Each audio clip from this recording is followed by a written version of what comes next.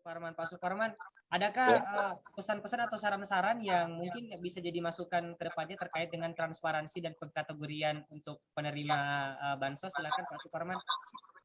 Ya, saya kira tadi terkait dengan kriteria memang tetap harus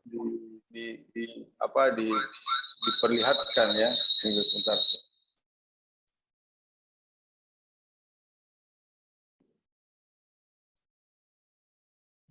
Tetap harus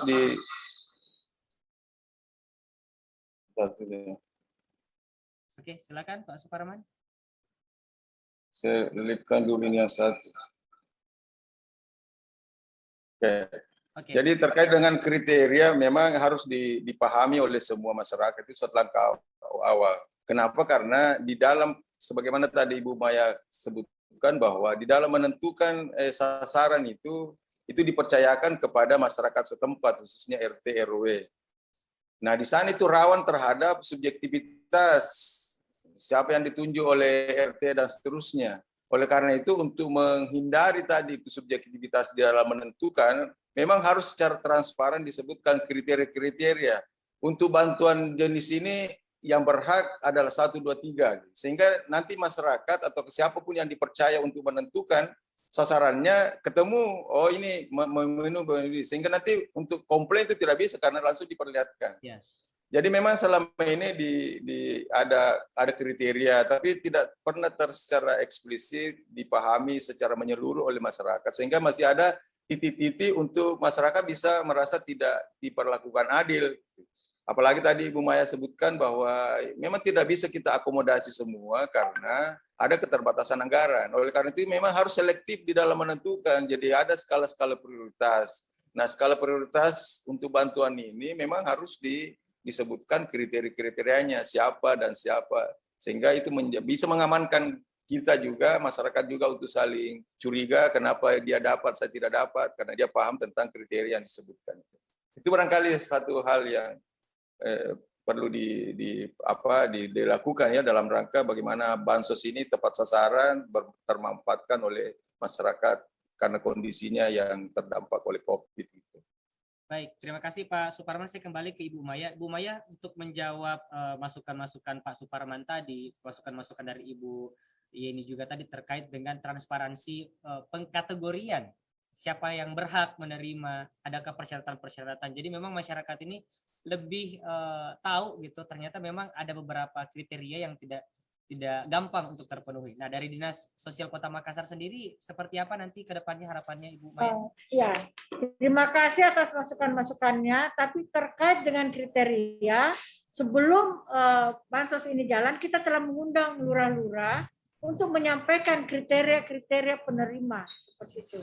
Dan kami berharap lurah ini bisa menyampaikan ke RT RW terhadap kriteria-kriteria apa. Cuman yang kami terima kasih sini masukannya, kriteria itu harusnya juga dipasang di kelurahan seperti itu. Jadi untuk ke depan, insya Allah kami juga akan menyampaikan kepada lurah bahwa untuk transparansi semua kriteria-kriteria yang kita sudah persyaratkan sebaiknya dipasang juga di kantor-kantor kelurahan seperti itu. Baik, terima kasih Bu Maya. Terakhir saya ke Ibu Yeni. Bu Yeni, adakah pesan-pesan atau hal yang ingin disampaikan mewakili DPRD Makassar? Mungkin kalau kita lihat sekarang pandemi PPKM yang selalu diperpanjang, adakah stimulus-stimulus juga di luar dari bansos dari anggota Dewan mungkin untuk masyarakat selama pandemi COVID-19? Silahkan Ibu Yeni. Ya, pertama barangkali yang saya ingin sampaikan terkait bansos dulu. Saya melihat kerja dari PLT sekarang ini sudah sangat luar biasa dan memang sepertinya butuh tangan dingin ya di Dinsos ini, karena inilah salah satu persoalan yang sangat mendasar di masyarakat, kebutuhan dasar di masyarakat tentang bansos. Tetapi barangkali juga yang perlu kita perhatikan, yang dari awal saya sampaikan bahwa program-program dari Dinas Sosial itu tidak hanya kita mengajarkan kepada masyarakat tentang bantuan langsung tunai, walaupun yang dampak COVID ini kita pastinya sepakat ya bahwa memang harus ada intervensi dari masyarakat. tentu saja kami selaku anggota Dewan akan mensupport pemerintah ketika anggaran atau program itu diperuntukkan untuk masyarakat. Jadi kami sangat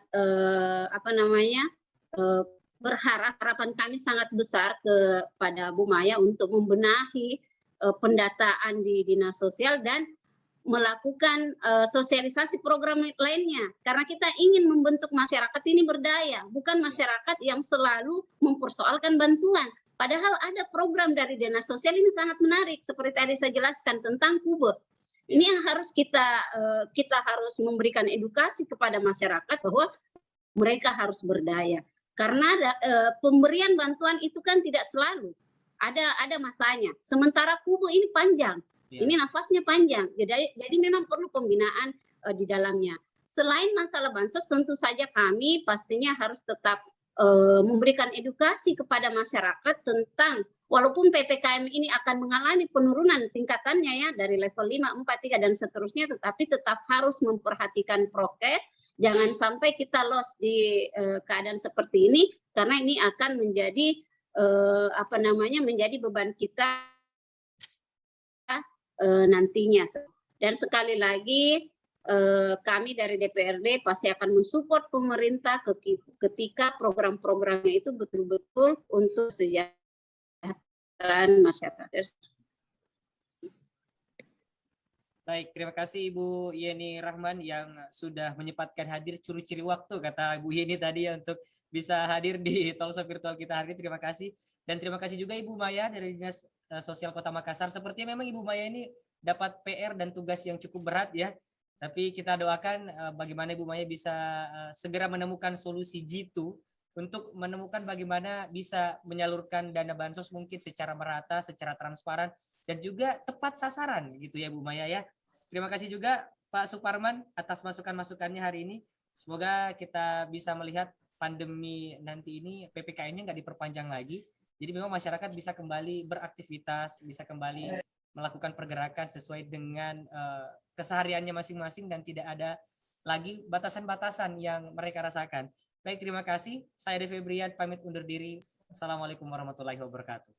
Assalamualaikum warahmatullahi wabarakatuh. Terima kasih Bu Maya, Ibu Yeni, Pak Suparman. Sehat-sehat selalu. Pasti. Yeah.